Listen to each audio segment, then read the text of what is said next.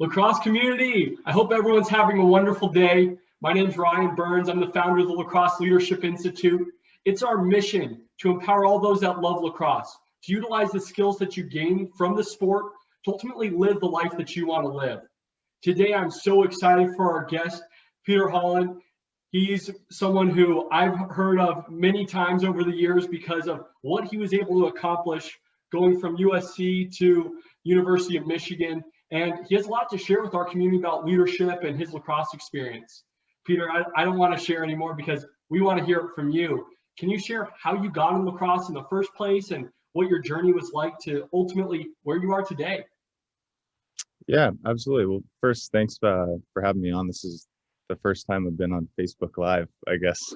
I was laughing to myself during the introduction. But lacrosse, my journey in lacrosse was a little bit later than most. I grew up with Jono Zissi, who was a previous guest of yours, and he was involved with the elementary school and middle school that I went to. So I played maybe half a season in 7th grade, but it wasn't until sophomore year of college I had played volleyball and was planning on playing volleyball actually in high school, sorry. And then Zizzy, my sophomore year, grabbed me, and I think he had a large role in my brother's lives at that point. So he was able to, I guess, pull me in, and there it went. So I played for 3 years under Jono Zissi at Torrey Pines, and I guess the rest kind of played itself out.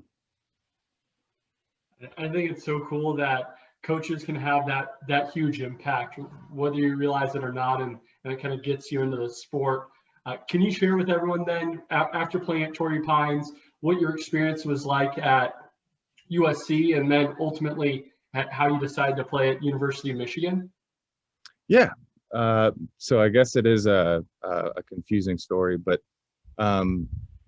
during, I guess, the end of high school, was deciding between playing sports in college and not, and ultimately decided not to. I think it was best for my family at that point. And I went to USC and played in the MCLA for 4 years. It was an incredible experience, but it was also a reminder of wanting to go play out of my senior year. But I guess, long story short, at the end of my senior year, Zizzy again had a connection with Michigan, and in a few short months at the end of my senior year, I ended up at Michigan. So Coach Connery took a chance on me. Maybe he regrets that chance at this point, but he also stepped in and had a huge impact on me. So I think to summarize, each experience was important in my lacrosse career, my lacrosse story, the experiences I've had, the MCLA for 4 years, and then NCAA lacrosse for 2. I think that's just a testament to a lot of folks that anything is possible as long as you put your mind through it. Did you have the intention of, when you're going through USC, going to play in Division I, or was it always just in the back burner, or how did ultimately you make that decision? Yeah, it was definitely in the back burner. I think I made the joke that the MCLA, while it was an incredible experience, was also a reminder of my intentions to play sports in college when I was in high school.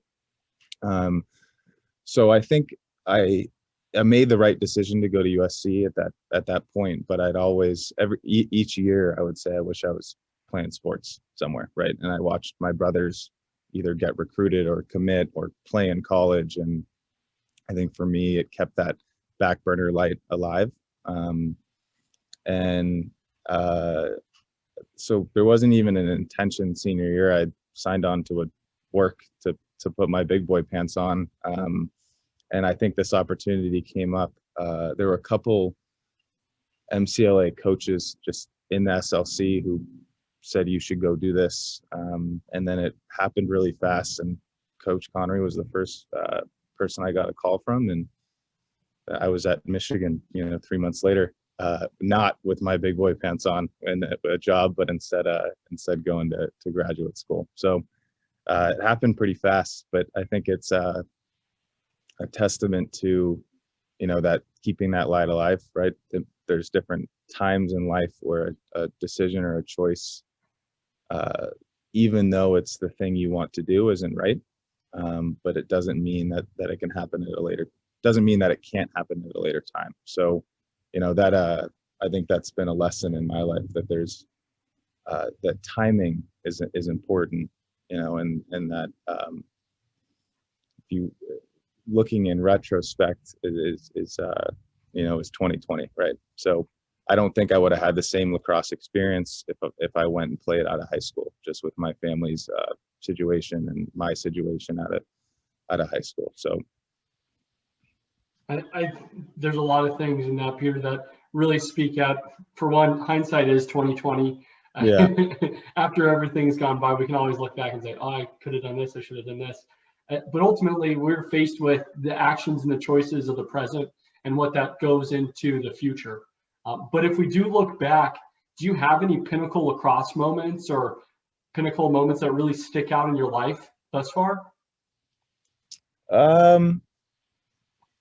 Yeah, well, I think there's pinnacle moments where in lacrosse, where you will, or where at least where I will remember sitting there, and it's almost a surreal moment, beating Ohio State. Michigan had never beat Ohio State in program history, and we beat them and knocked them out of the playoffs, or any ability to go to the playoffs, after a season that maybe we weren't too happy about, and then there's CIF championships, or my brothers winning CIF championships in high school.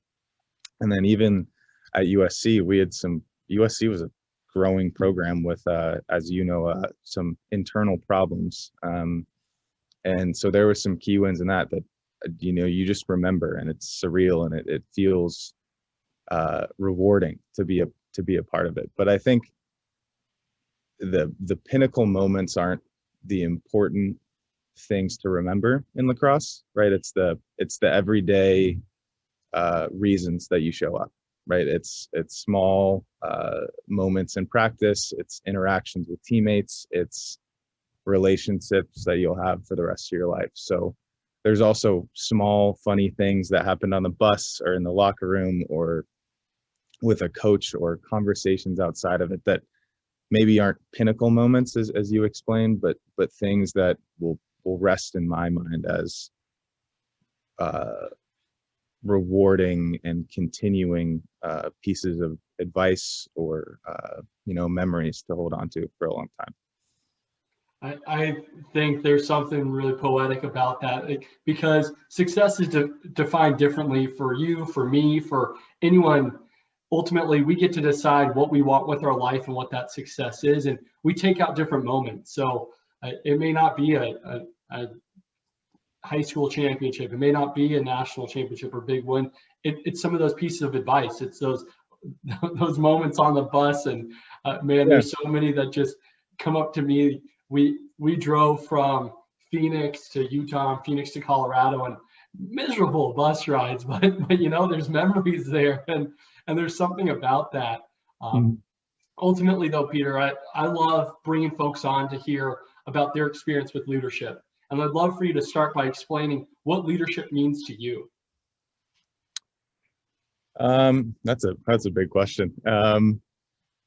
I think leadership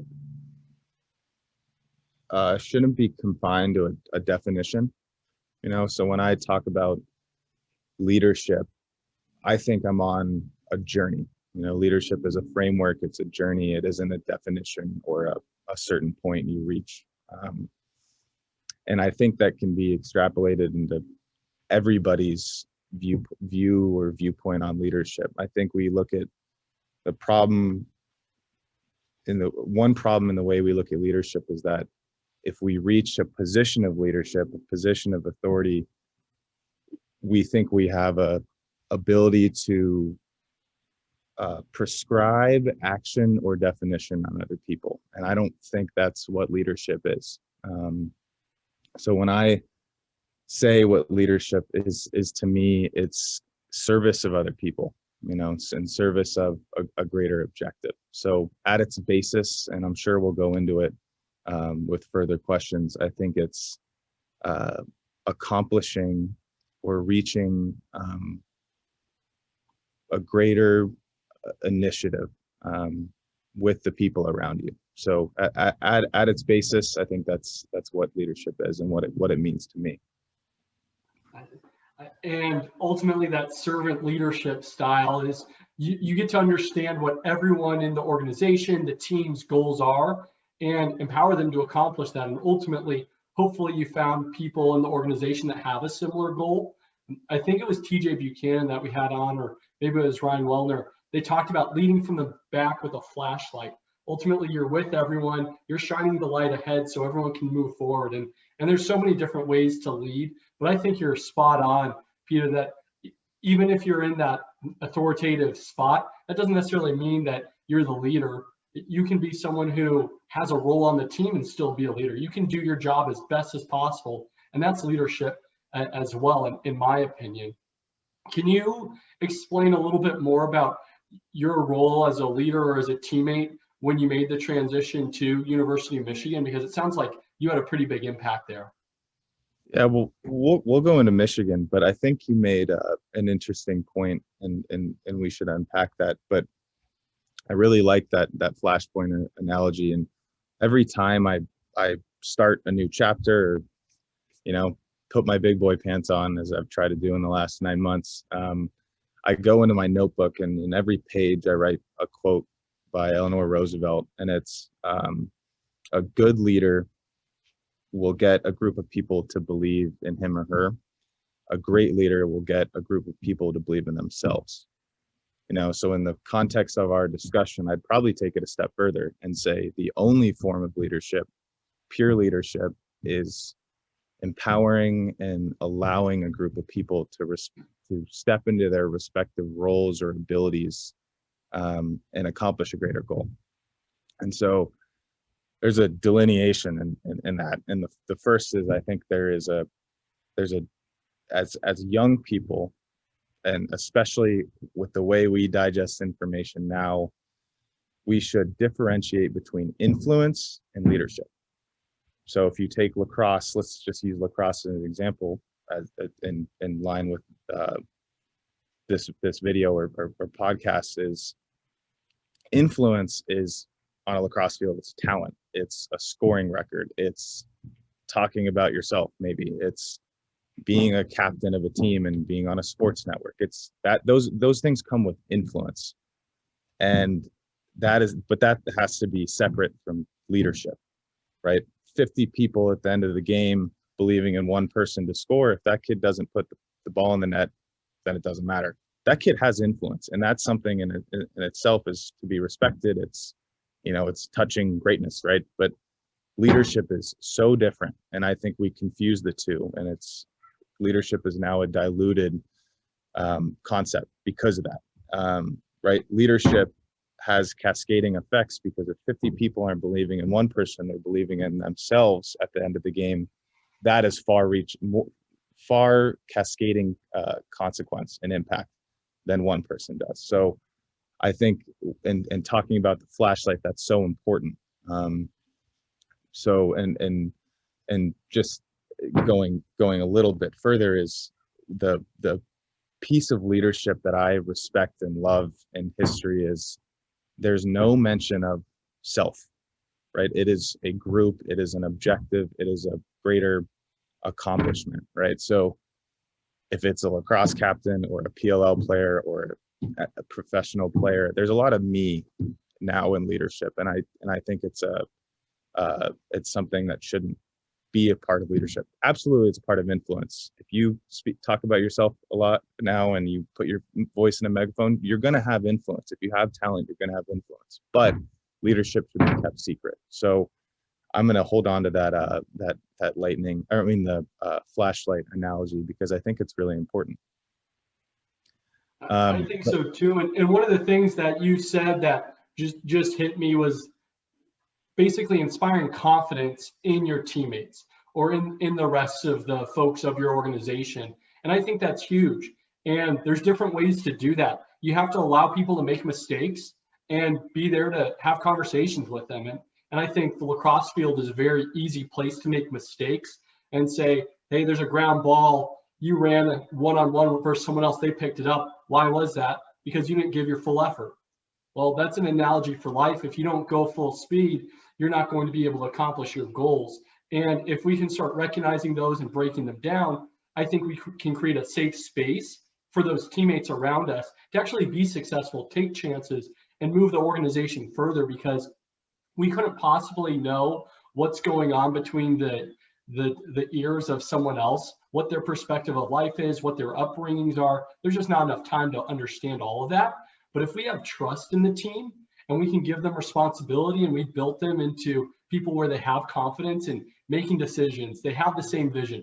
Ultimately, I think the world starts changing and it starts becoming a better and better place. And I think that's really motivating. And I really appreciate you bringing that up and diving a little bit deeper into this, Peter. Thanks for that.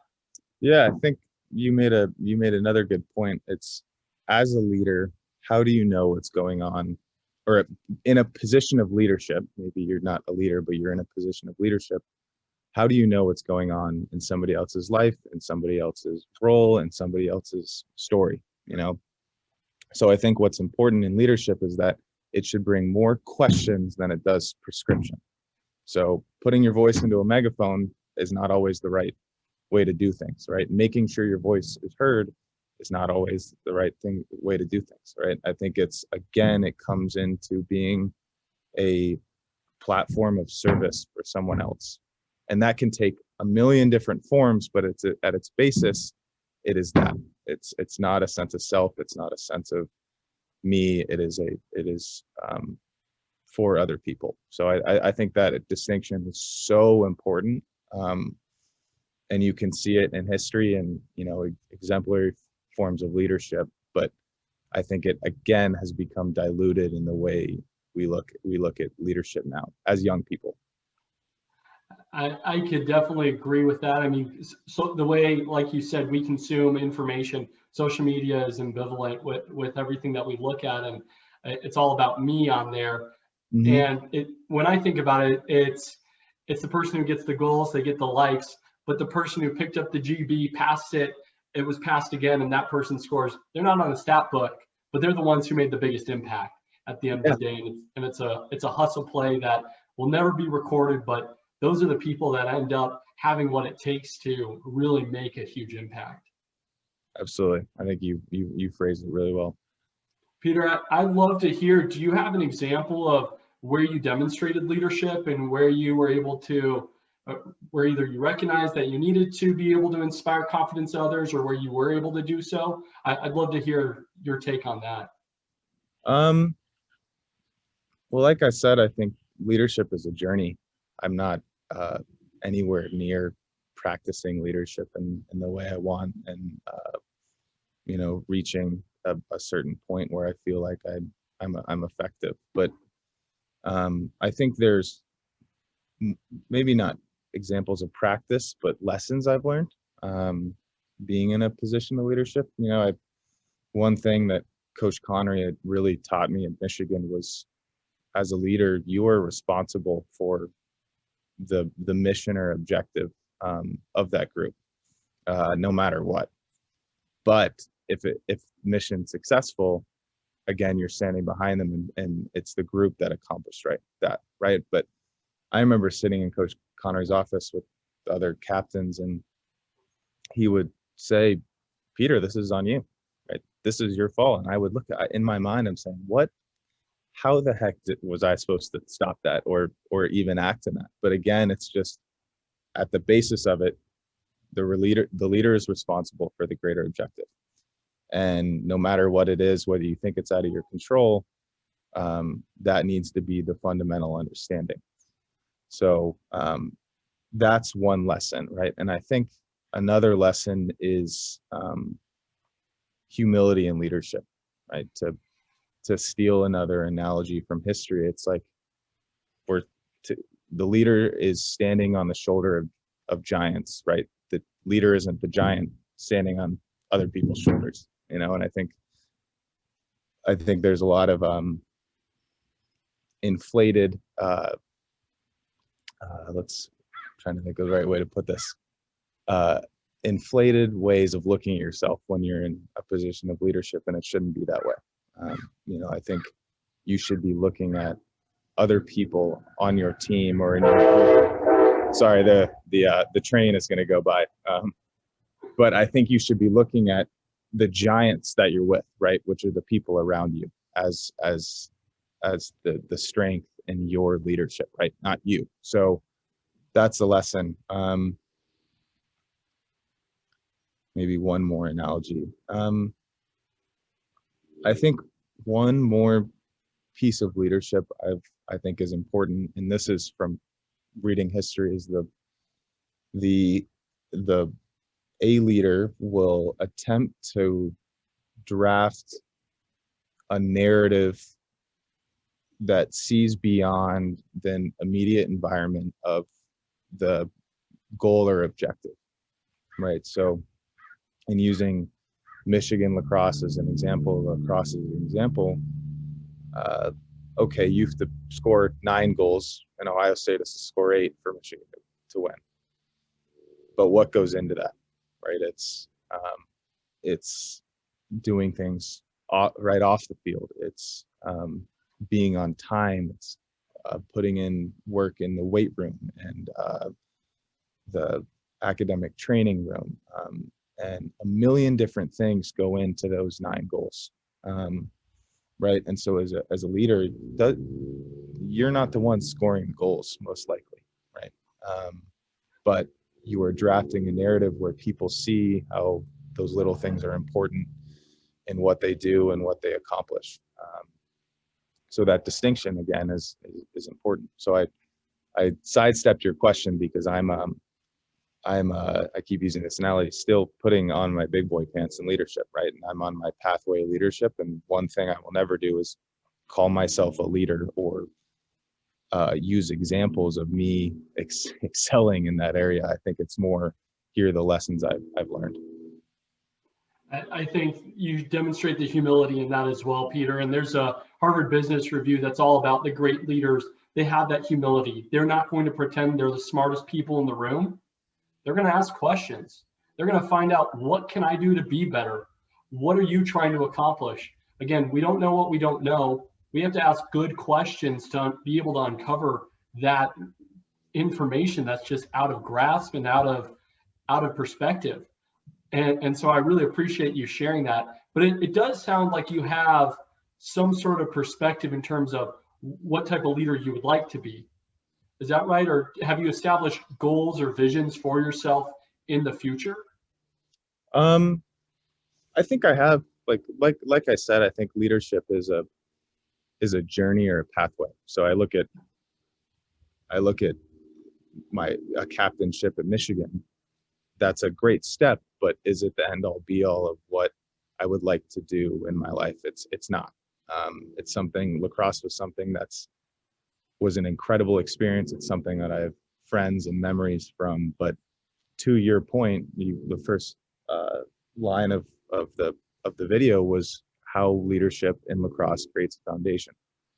So one of the things that it's done for me in leadership, or being in a position of leadership at Michigan, was create perspective, right? I was in a position of, and going back to this analogy, I was in a position of influence, but I need to see what my journey in leadership is in the context of greater leadership. So I was a 24-year-old kid in a position of leadership at Michigan. I get pointed to as a leader because I'm standing on the Big Ten network and talking, but is that where leadership is as a 24-year-old at its greatest definition? No, it's not, right? You look halfway across the world, there's a 21-year-old kid leading a platoon of 18-year-old kids, and his leadership and empowerment of the individuals around him matters a heck of a lot more than what I do on the lacrosse field, right?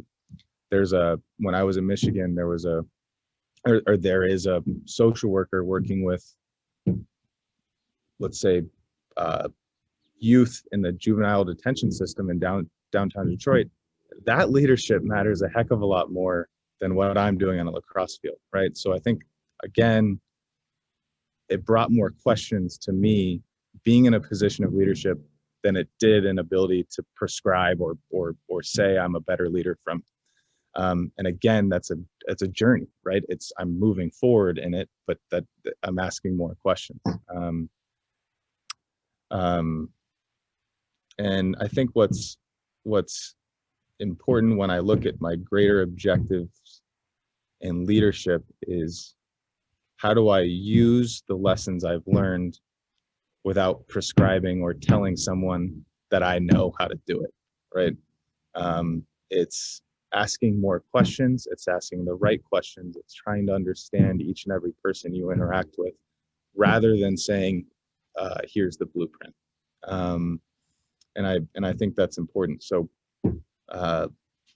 I do have greater goals in leadership, but I don't care if I'm the person in the position of leadership, right? I think it's standing with the flashlight behind the group. And as long as I can participate in things that I think create value for other people or the world, that's what's important. And I think this might not be how everybody views it.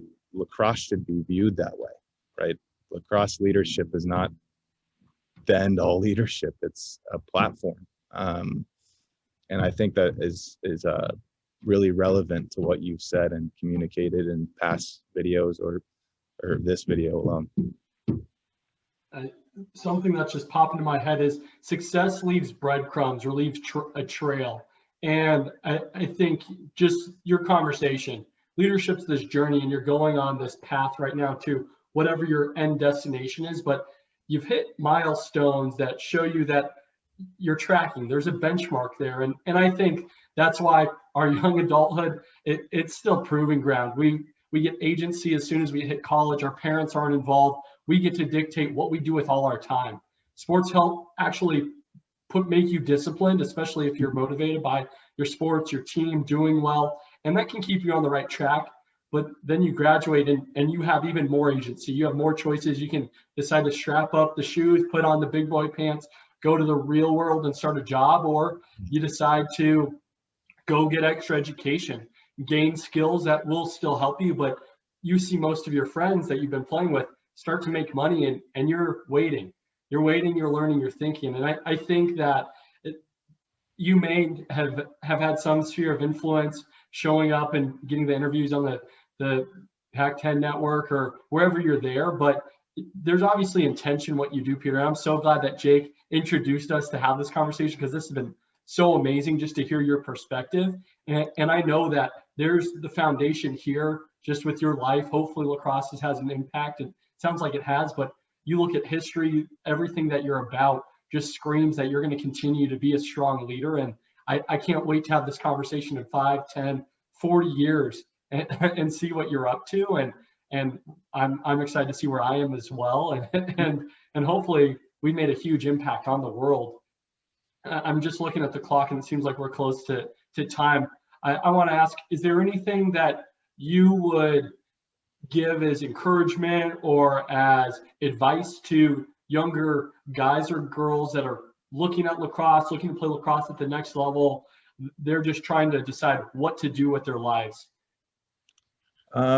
Yeah, I think that's a great point. But I first, I appreciate what you said. I think I never learned how to throw a pass with my left hand or right hand, but hopefully I can figure this whole leadership thing out.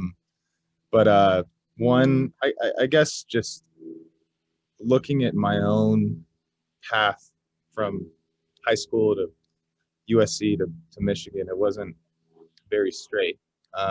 But I think there's beauty in that. So if you allow the world to slow down and do nothing for a minute or two, you can create clarity that isn't available just with your head down.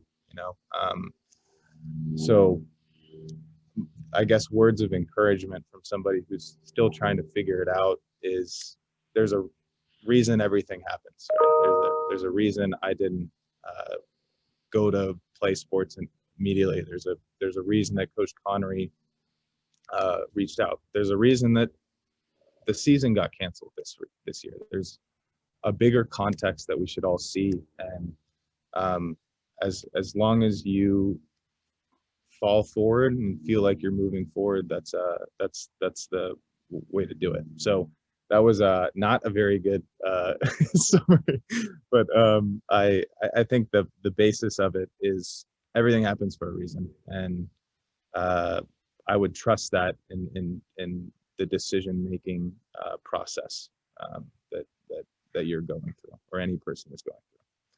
That's the abundant mindset. Following forward, everything that happens, there, you can take extreme ownership and accountability for it, but find the positive in it. It happens for a reason. So, Peter, thanks for sharing that. Is there anything going on that we can support you in right now, or do you have any last thoughts you want to share with everyone right now? No, not necessarily me, but I think one piece of encouragement for everybody is to become involved with youth coaching. And I mean, you're involved with it too, and it's such a amazing avenue to be involved with lacrosse still, right?